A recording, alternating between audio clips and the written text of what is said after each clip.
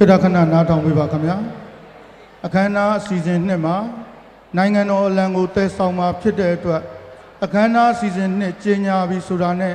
ကျေးဇူးပြု၍အားလုံးမတ်တရက်ပေးကြပါခင်ဗျာအခမ်းအနားအစီအစဉ်နှစ်ကိုအခမ်းအနားမှုကကျင်းညာပြီးဆိုတာနဲ့ကျေးဇူးပြု၍မတ်တရက်ပေးကြပါခင်ဗျာယခုအခမ်းအနားအစီအစဉ်နှစ်အရာနိုင်ငံတော်အလံအားအလေးပြု၍နိုင်ငံတော်သီချင်းအားပြိုင်လူတီဆိုပေးရန်အတွက်စီစဉ်ဆောင်ရွက်ပေးကြပါရှင်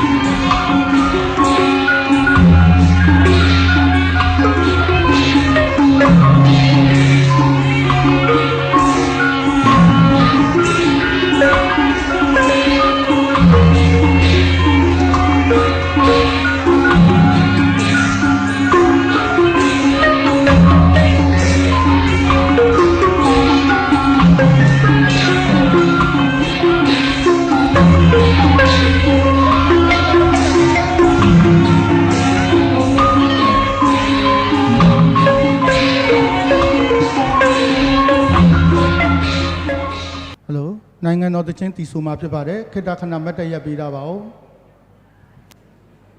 အားလုံးဒီ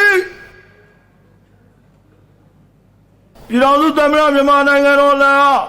လေပြုလေမြတ်နိုင်ငံတော်သီချင်းစာဆို